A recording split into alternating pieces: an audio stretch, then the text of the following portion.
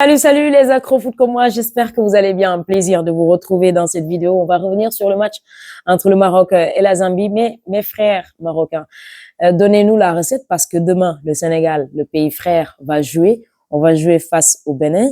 OK, on est déjà qualifié pour les huitièmes de finale, de même que la RDC Congo. Et mathématiquement parlant, je pense que le Bénin aussi est qualifié pour ces huitièmes de finale. Donc, on a besoin de battre le Bénin pour être premier donc de ce groupe D et tout simplement ne pas croiser l'Algérie, ne pas croiser même le Maroc. Je pense que bon, si toutefois on est deuxième du groupe, on pourrait croiser en tout cas l'Algérie et pas mal d'autres équipes. Alors, victoire donc des Marocains sur la marque de 3-0, un match maîtrisé à 100% par les Marocains. On sait que le match d'ouverture face aux Comores, il y avait quelques manquements, quelques difficultés que cette équipe du Comore donc avait posé à cette équipe marocaine, qui pourtant est considérée comme le Brésil de l'Afrique. C'est pas moi qui ai dit ça. Allez chercher sur le net, voir qui a dit ça. Le match également face au Mali, donc un but partout. C'était un match, les Marocains étaient vraiment secoués. La presse marocaine a beaucoup parlé de ce match-là, a beaucoup parlé du niveau de cette équipe-là et a beaucoup parlé de Walid Regragui. Et donc, beaucoup disaient tout simplement qu'il n'était pas à la hauteur, qu'il ne pouvait pas mener à bien cette équipe-là pour remporter la Coupe d'Afrique des Nations. Aujourd'hui, face à la Zambie, force est de constater que les choses se sont beaucoup améliorées. Est-ce que c'est le niveau de l'adversaire qui fait qu'on voit quand même la supériorité du Maroc, ou en tout cas le jeu maîtrisé du Maroc? On verra pour les huitièmes de finale, on verra ce qui va se passer, car potentiellement le Maroc pourrait rencontrer en demi-finale l'Algérie, et ça sera une très très très belle affiche. Mais en tout cas dans ce match-là aujourd'hui, personnellement, moi, je suis très déçue de cette équipe zambienne qui ne montre pas grand-chose depuis le début de cette compétition à Casablanca, où j'étais au stade donc Mohamed V de Casablanca. La rencontre entre la Zambie et le Mali, très sincèrement, le Mali méritait de remporter le match. Et ils n'ont pas été tout simplement réalistes, ils n'ont pas été concrets devant les buts. Les Zambiens ont poussé dans les derniers instants du match et ils ont obtenu cette égalisation, et qui pour moi n'est pas du tout méritée. Aujourd'hui, face au Maroc également, ça se voit clairement. L'infériorité face à cette équipe marocaine s'est beaucoup sentie aujourd'hui.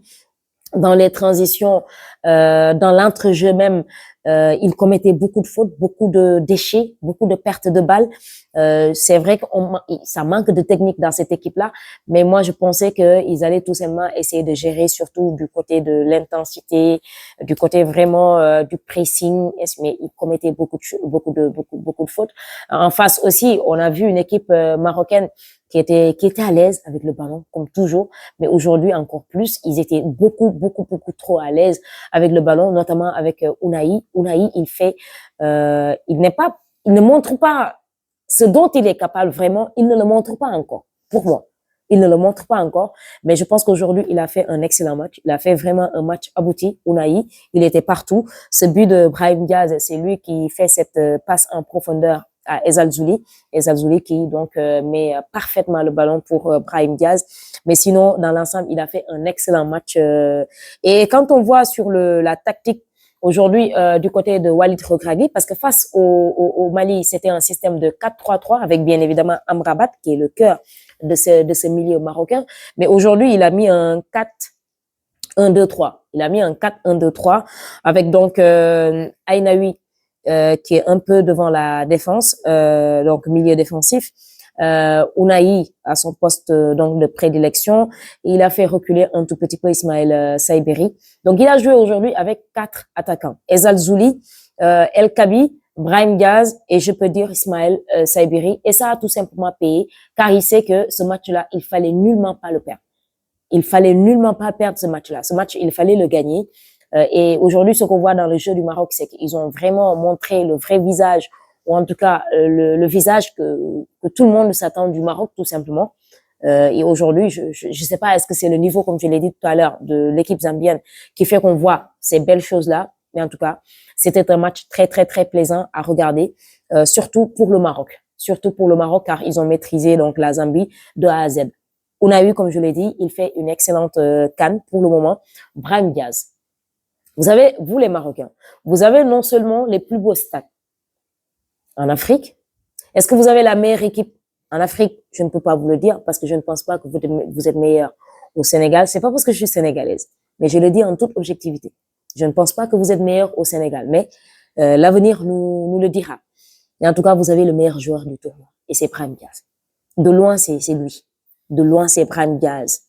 Le match il était buteur face au Maroc, face aux Comores, buteur face au Mali et aujourd'hui également sublime but à la Madrilène. Sublime but à la Madrilène tout simplement de la part de Brahim Diaz. Toujours bien placé, toujours percutant et toujours provocateur. Toujours provocateur. Le penalty face au Mali, c'est lui qui l'a provoqué. Il y avait déjà un petit contact, il s'est relevé, l'arbitre n'a pas sifflé, il a continué l'action et le défenseur a recommis la faute. Alors, donc on dit quand même que c'était pas un penalty, mais pour moi, oui, il y avait contact. Léger soit-il, il y avait contact.